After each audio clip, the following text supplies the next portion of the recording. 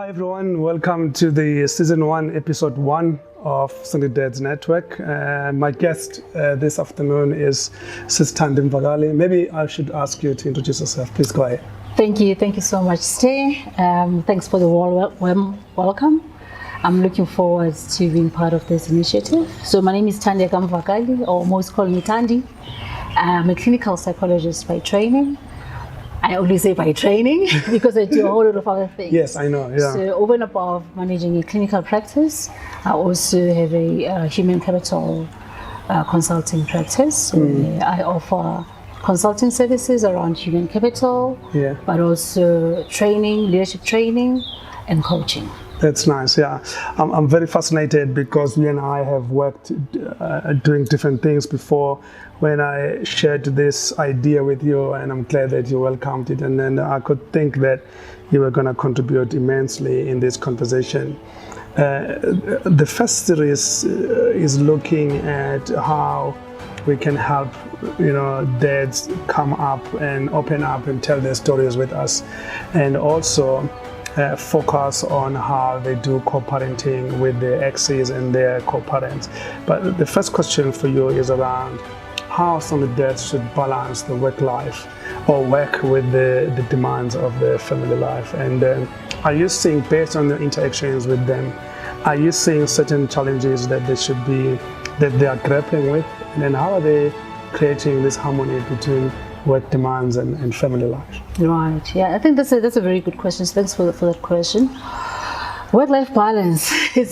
I'm not sure whether it exists. Yeah. So for me, it's really for people, and especially single dads, to be aware of the various demands on their lives, and to bring that to consciousness and to awareness, and just to make sure that they have strategies to cater for each demand. And sometimes it may not be a balance. Sometimes there may be some trade-offs that they need to do. So, but the key thing is to have an awareness, a holistic awareness of what are the various demands and what it is, therefore, that they need to put in place to make sure that those demands are catered for. I'm curious, just to go on those demands. I was talking to Mtogo in our previous set about that as well. Is there a role of maybe partners or ex-partners that they can play to ensure that there is some kind of support they provide to some dads? Especially, it doesn't matter who has got custody of the child. Have you seen maybe some kind of parenting arrangements between co-parents to help them absorb the pressure of the family demands? Right. I think the key thing to probably bring to focus in parenting is the child. At the center of everything else is the child, and most importantly, it's the best interest of the child. So over and above my needs as maybe say a partner, as a mom, or the needs of a dad, most importantly are the needs of the child and the interest of the child, to say what is it that can be put in place or to best serve the needs of the child. Okay, I like that. I want to turn our attention to this big topic of emotional intelligence or emotional wellness. Have you got techniques or maybe ideas that you can share with single fathers or fathers that are raising kids or co-parenting around creating this emotional fitness? So that, especially in the previous segment, again, we were talking about the emotions when you do not live together and the kids live with one of you. There's so many disagreements around parenting styles and parenting decisions. How can single fathers navigate this territory around emotional intelligence? Yeah, that's a big one. First of all, what is emotional intelligence? Okay. So from where I sit, the definition that I like of emotional intelligence is how we balance our thinking and our feelings in order to make effective decisions. Yes. Right? Okay. Or in order to take effective action. Yes. Right? Yes. Yeah. So the key thing here is to encourage emotional expression. Why it's so important? It's because emotions are data. Oh. And maybe for I didn't see it like that. yes, emotions are data. Yeah, okay. Emotions give us a lot it's a of signal of something. It Right. must be underlying something underneath. So one of the basic competencies Yes, yes. in emotional intelligence is Yes. emotional literacy. Literacy. Am I able to identify my emotions? Yeah.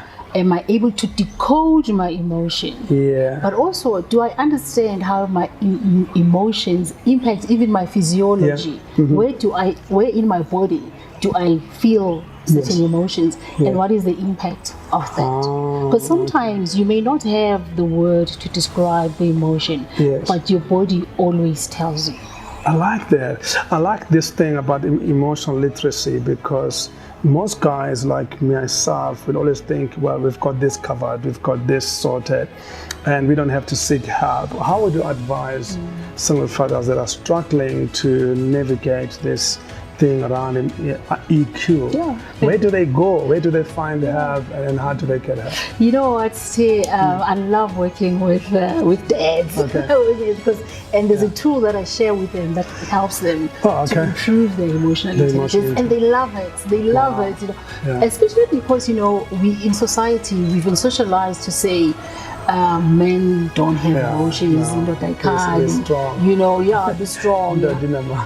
Yes, but Yeah. by doing that, by shutting emotions out, you are leaving a whole data set, Wow. a very critical one. That could be useful That is to could be someone. useful, Yeah. yes. And even to yourself. Yeah, Okay. So emotional intelligence. So, but the thing is, once as single dads or dads, you become more emotionally intelligent, Yeah. and you allow emotions into the relationship, then you're also allowing your child Yeah. to embrace, emotions, Wow. and but also to be emotionally intelligent by saying, I'm able to identify my I'm emotions. aware of my emotions. Yes, and I'm able to interpret my emotions, but also I'm able to make decisions. I can navigate, I the see. emotional landscape, but Yeah. also I can use emotions as a resource Wow. to make decisions.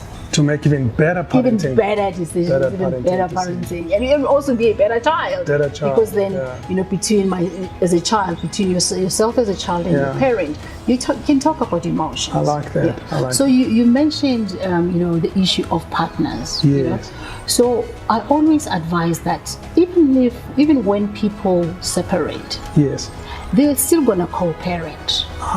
Of course. So it's important to establish means and ways of how to communicate. Yes. And the key thing there is to establish what we call psychological safety. Safety, between the two. Between parents. the two, because the key thing is, if we're sitting here together like this, Yeah. our relationship is in the space in between, and our children live in the space.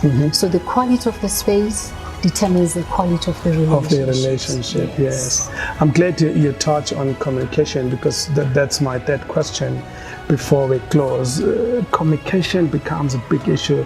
A lot of single dads or dads generally that I speak to that don't live with their kids will say, my ex-partner refuses access to the child, or they use access or lack thereof as a way to get to my emotion, as a way to spite me. How do we create that bridge so that it's all about the child or the children from both sides, based on experience? Yeah. Look, I'm not an expert on parental plans, you know. So there are parental plans that are typically put in place, but people can always, disregard parental plan. Yes. So for me, like as we started by saying, the key thing is best interest of the child. Yes. How do we make sure that And whatever we leave the do, issues, the issues but outside. also find means and ways of establishing ways that you communicate, ways that you dialogue in the best interest of the child. Yes. Because children are very sensitive and they pick up vibes,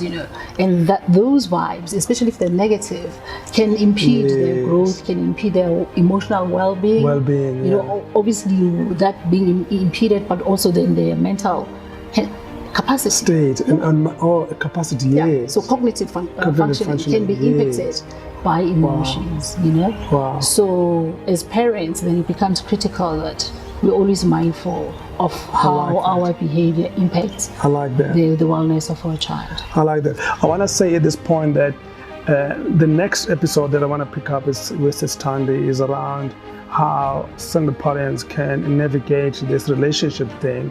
Relationship, obviously not intimate relationship, because that co-parenting relationship still should exist. Yes, it will always exist. And it should exist. And I want to pick your brain when we talk again next time around, you know, how do we create a support system for this single dad, and how do they improve their communication style so that ultimately the child that is involved in this kind of conundrum is not affected. Yeah. Thank you so much for your time, and Thank we're you going for to have a chat inviting me. next time. Yeah, thank you. Thanks, Sissy. All the best.